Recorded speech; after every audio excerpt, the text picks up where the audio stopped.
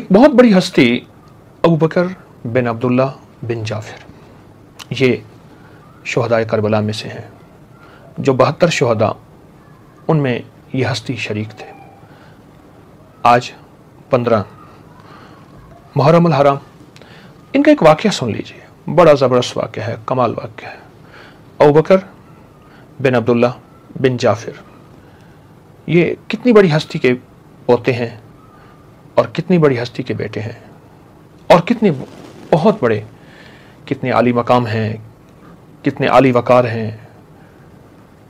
دوران جہاد، یعنی یہ جو جہاد ہو رہا تھا باطل کے خلاف، جس کو ہم واقعہ کربلا کہتے ہیں، دوران جہاد ان کے منہ سے ایک لفظ نکل رہا تھا، اللہ اکبر، اللہ اکبر، اللہ، اور کس جذبے سے، کس کیفیت سے، کس طرز سے یہ لفظ نکل رہا ہوگا، اور کن کیفیات کے ساتھ، کن حالات کے ساتھ۔ وہ حالات کیا تھے، وہاں کیا موسم تھا، کیا بھوک تھی، کیا پیاس تھی، اور دشمنوں کا کتنا بڑا لشکر تھا، ان کے پاس کیا اسباب تھے، اور یہ پردیسی قافلہ، ان کے پاس صرف اللہ تھا اور اللہ کا نام تھا۔ تو حضرت ابو بکر بن عبداللہ بن جعفر رضوان اللہ سلام اللہ تعالی علیہ اجمعین یہ ایک لفظ بار بار بہت جذبے سے فرما رہے تھے، اللہ اکبر، اللہ اکبر۔ ان کا جذبہ عجب تھا، ان کی کیفیت عجب تھی، ان کے اندر روح اور روحانیت، نور اور نورانیت بہت زیادہ تھی، بہت زیادہ تھی، بہت زیادہ تھی۔ ایک وقت ایسا آیا کہ بس یہ اللہ اکبر فرماتے تھے اور دشمن یا پیچھے ہٹ جاتے تھے، اور ان کی تلوار ابھی لگتی نہیں تھی، یا خود دشمن وہیں کٹ جاتے تھے اللہ اکبر کی وجہ سے۔ اور انہوں نے محسوس کیا کہ میرے ارد گرد کچھ لوگ ہیں ایسے، سفید لباس میں، سبز لباس میں، کچھ ہستیاں ایسی جنہوں نے بڑی بڑی سفید پگڑی باندھی ہوئی ہے، یہ میرے ارد گرد ہیں اور میری مدد کر رہی ہیں اور میرا ساتھ دے رہی ہیں، اور میں لڑ رہا ہوں اور میں اکیلا اور تنہا نہیں ہوں، اور یہ میرے ساتھ ہے۔ میں لڑ رہا ہوں، میں اکیلا اور تنہا نہیں، اور یہ میرے ساتھ ہے۔ ان کا جذبہ اور بڑھا، ان کے اللہ اکبر کی کیفیت اور بڑھی، حتیٰ کہ یہاں تک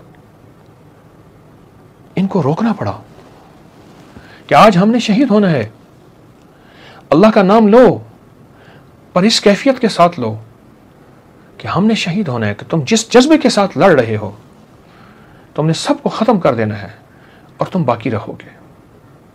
کتنے راز کی بات ہے۔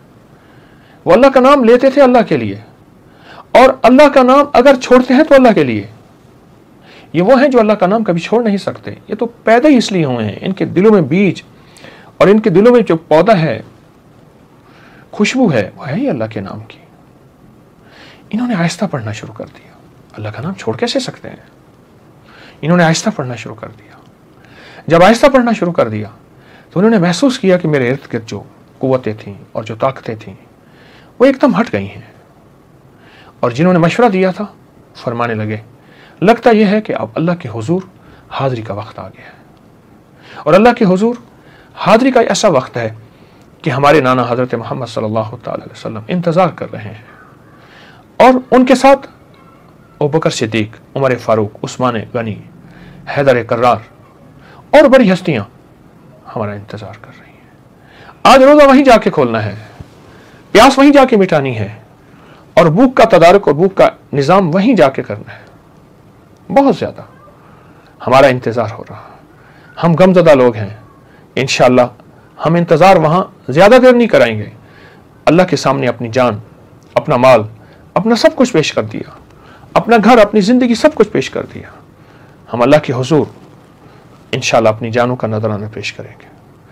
بس پھر اللہ کی بارگاہ میں لڑتے لڑتے لڑتے لڑتے شہید ہو گئے۔ شہید ہونے کے بعد جب ان کے جسم کو دیکھا گیا تو جسم کے ہر روئے میں سے اور ہر جسم کے ذرے ذرے میں سے، حصے میں سے اللہ اکبر کی آواز آ رہی تھی۔